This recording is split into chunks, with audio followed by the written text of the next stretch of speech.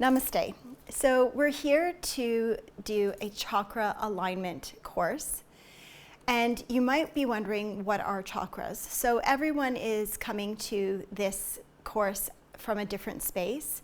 And even if we have an understanding of what chakras are, it's always nice to go back to the basics. And you'll notice that that's a common theme in everything that I do.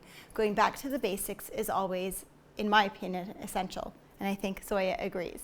And for those of you who haven't met Zoya, this is my favorite little bundle of love. And she actually works with me. And when we talk about energy work and healing, she actually is part of the experience. So you might find that in your world as well too, you have pets or other things in nature that you connect with, which is all part of understanding the chakras and understanding how we integrate this world of chakras and energy into our everyday life. So basically chakras are 7 wheels. Chakra is the Sanskrit word for wheels. So we have these energy wheels in the body, and we honestly have more than 7, but for the purpose of this course, we're just going to focus on the 7 main chakras. So they go through the body from root to crown, starting in the lower pelvis area, the tailbone area. Then we move into the sacral area, then into the belly area, the heart, the throat, in between the forehead, which we call the third eye, and then the crown.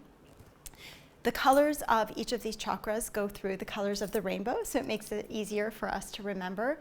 And they're each associated with multiple areas of life. So from the elements in the earth to crystals, to essential oils, to planets. They have associations with different organs in the body, with different colors. So there's quite a bit in our everyday world that we will be able to integrate into this understanding of the chakras. And although we may be talking about them individually, as we know, the body is a whole. So holistic healing has been my passion for my entire life. And looking at the chakras in a way that incorporates a holistic approach is, of course, essential. So again, these are these energy wheels in the body that move at a different frequency. And what we're doing in this course is trying to create a bigger bubble of energy around us. And so the analogy that I often use is a bubble ball, like those bubble balls that we play soccer in. So if a ball, for example, that bubble ball is deflated, if something was to come at us, again, let's say we're playing soccer and the ball comes at us, if there's a deflated ball, then it's going to hit us and we have the potential of getting hurt. Whereas if that bubble ball is inflated, then that soccer ball will deflect.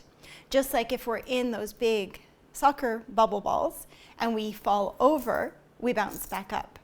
So what we're doing with our chakras is we're attempting to create a bigger space around us so that we have more of a field of protection. And I like to use the analogy of the bubble ball because then we can see like a film. Whereas if I just say aura, it feels like there's no end, and sometimes it's a little bit more challenging for us to connect with that concept. So when you think about that film in that bubble ball, it's clear. So you have a clearer picture of what's coming your way. So it allows us to do what is everything that I stand for, which is finding that sense of empowerment from within to navigate life's adversities with more ease and grace and let love, light, and joy in.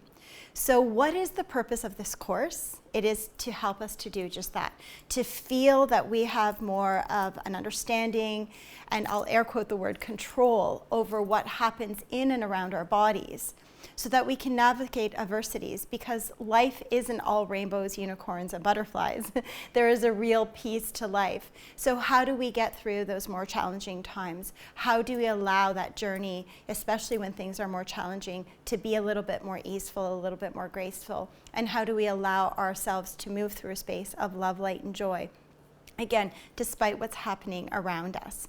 So as we call in more of this higher vibrating energy and welcome more of this light into our world, then we can draw more of that in. So we're continuing to work on that bubble of energy around us.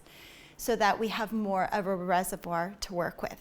So this isn't about we're going to balance all of our chakras and then we're done and then we go off in life and everything is just perfect.